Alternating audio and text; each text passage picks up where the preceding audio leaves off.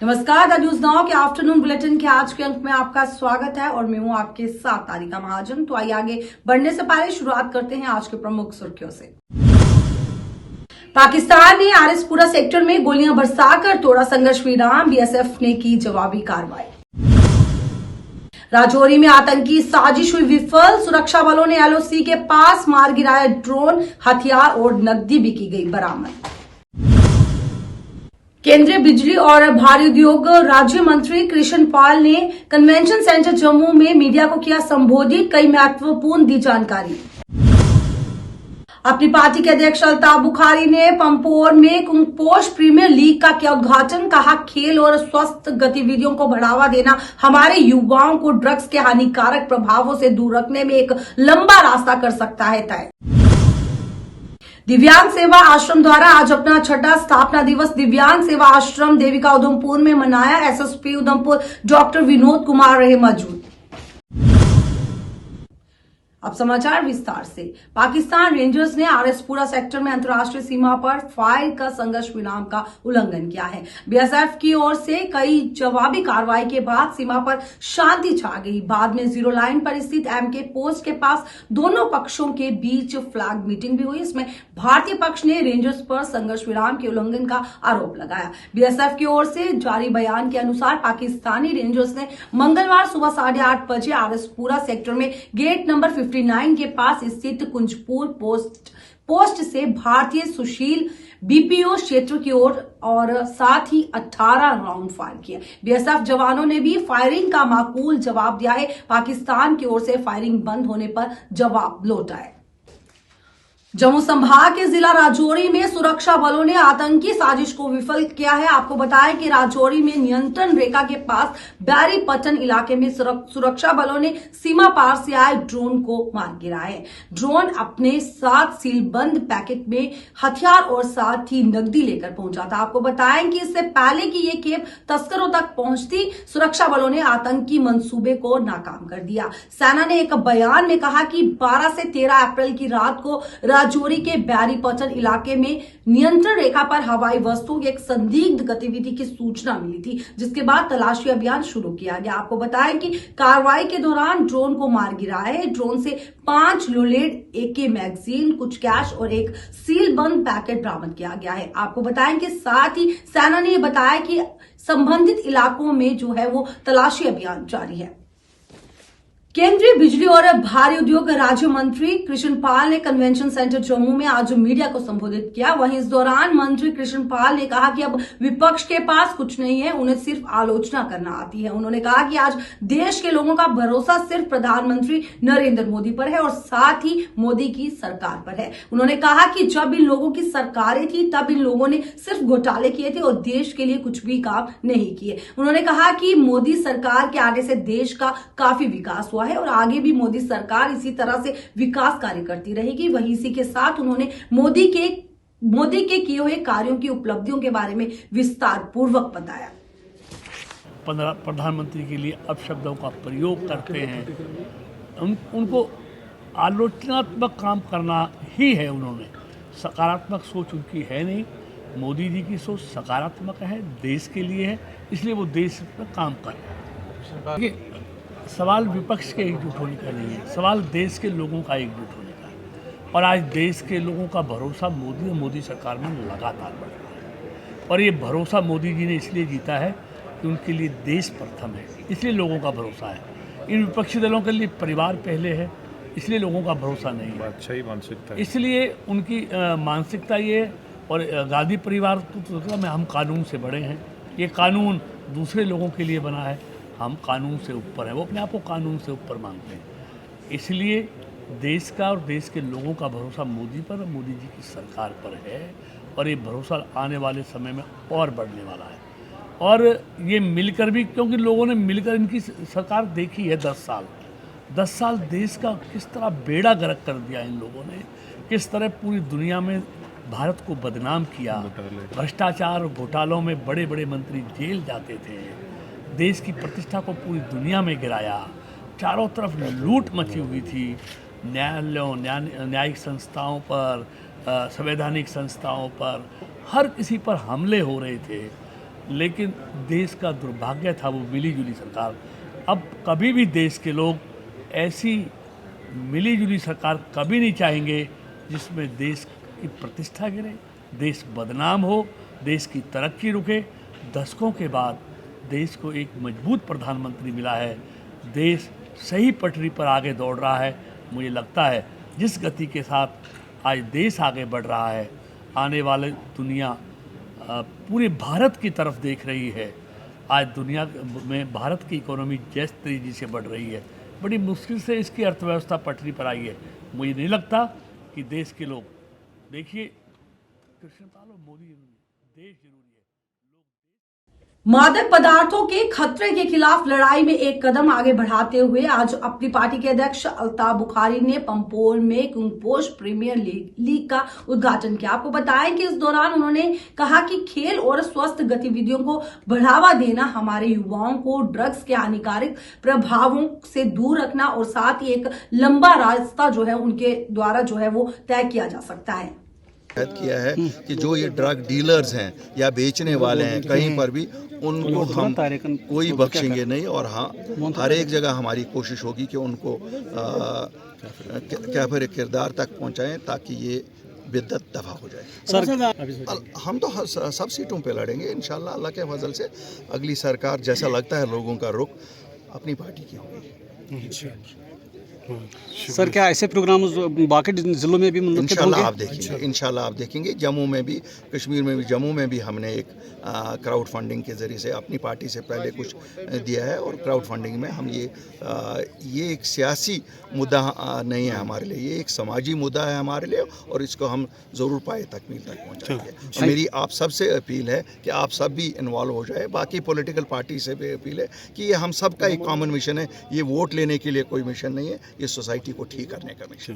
Thank you sir. बहुत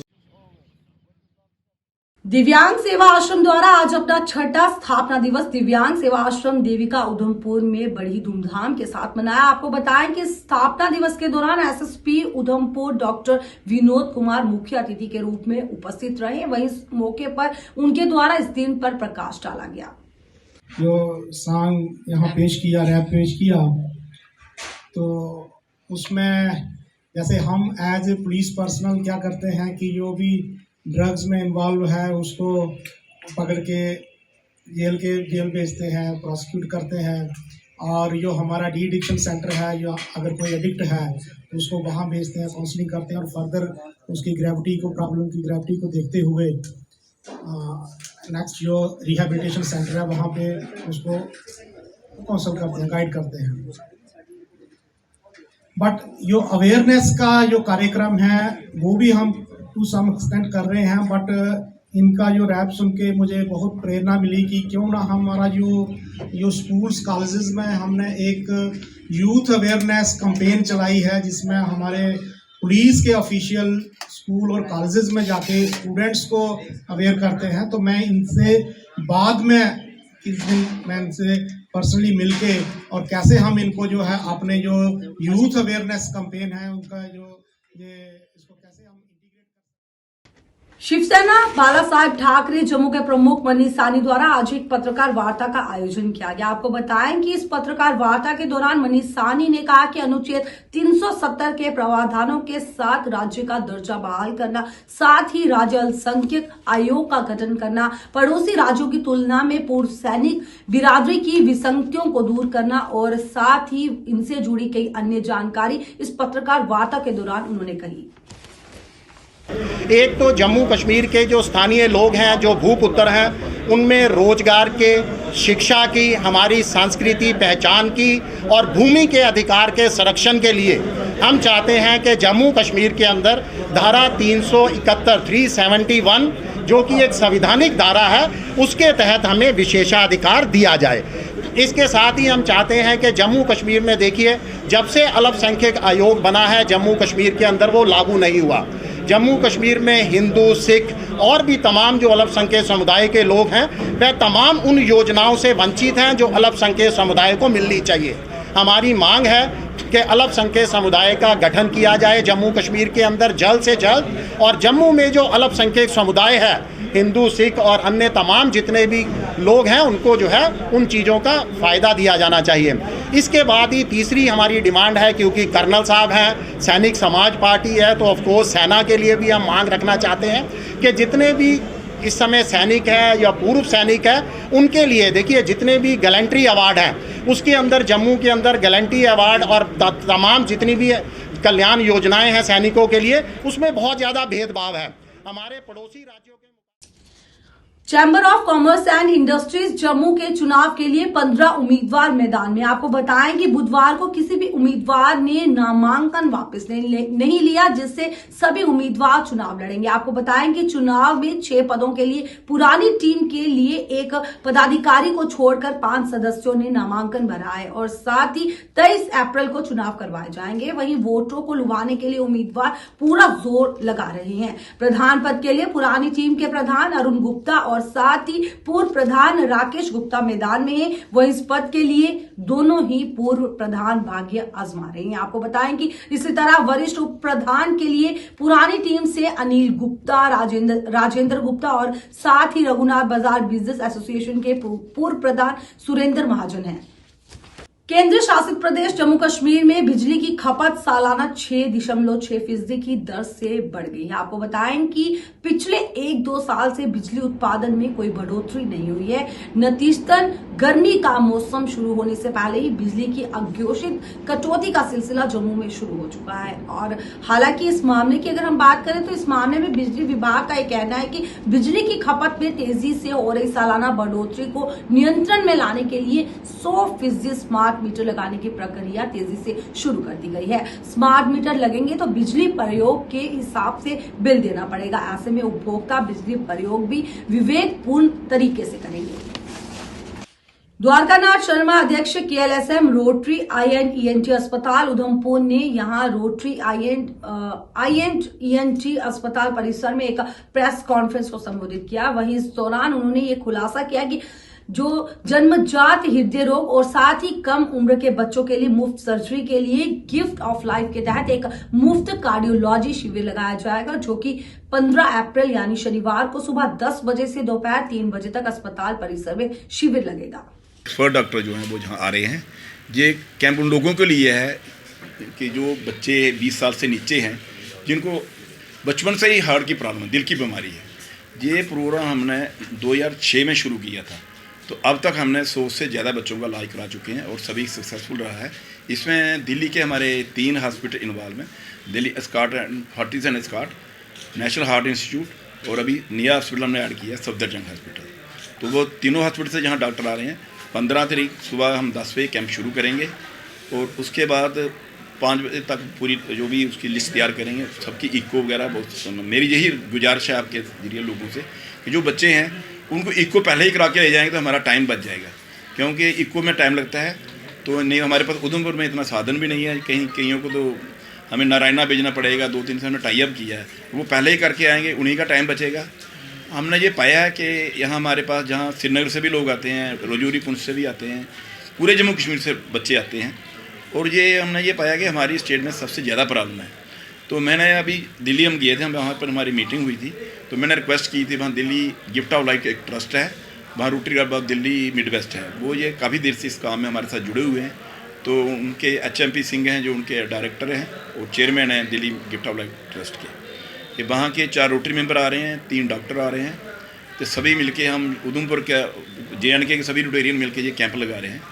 तो मेरी यही गुजारिश है, फिर भी मैं आपसे लोगों को इन्फॉर्म करना चाहता हूँ कि ज़्यादा से ज़्यादा तादाद में जहाँ आए और इस मौके का।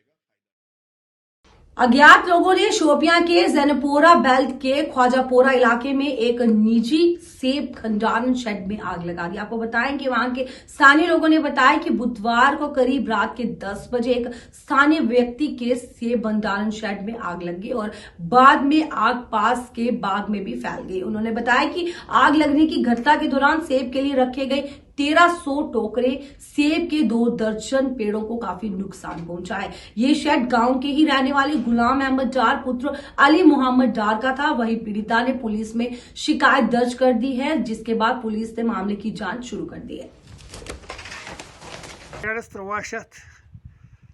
नबर कन क्रेड अंदर क्रेड ये डक सास यथ मज डक सास नामूलम शख्स आव अम दुत रात कित नार अस लज सुबह 9 बजे पत गई पुलिस ते आव यो तम पन कार्रवाई इंशाल्लाह रहमान कर तम करें कार्रवाई तम यह मे उम्मीद तम करें कार्रवाई तो लिहाजा बह रिक्वेस्ट कर DC सबस तमाम यथ तहसीलदार सबस जानपोरा तहसील जानपोरा तो बहुत रिक्वेस्ट कर तहसीलदार सबस सह योतान ये वुचन अस तकरीबन 5 मरल जमीन नम खाली ये गमस ये तकरीबन यह सा यह 5 पेट यह कुल ये खड़ा अत 5 पेट ऊँट वसान ये यह सा 20 कुल यमो जालमी रात कित तो लिहाजा बह कर रिक्वेस्ट तमाम यह सा जिम्मेदार तो क्या दोबार अगर जन वनकस ये गो सुबह गो ब्याक त बचन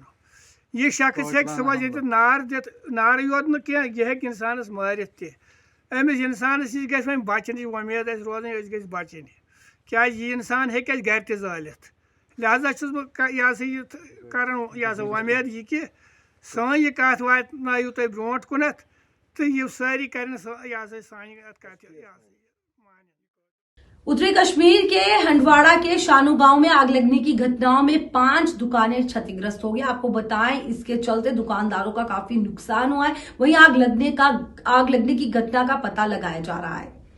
द न्यूज नाउ के आफ्टरनून बुलेटिन के आज के अंक में बस इतना ही। मुझे दीजिए इजाजत। नमस्कार।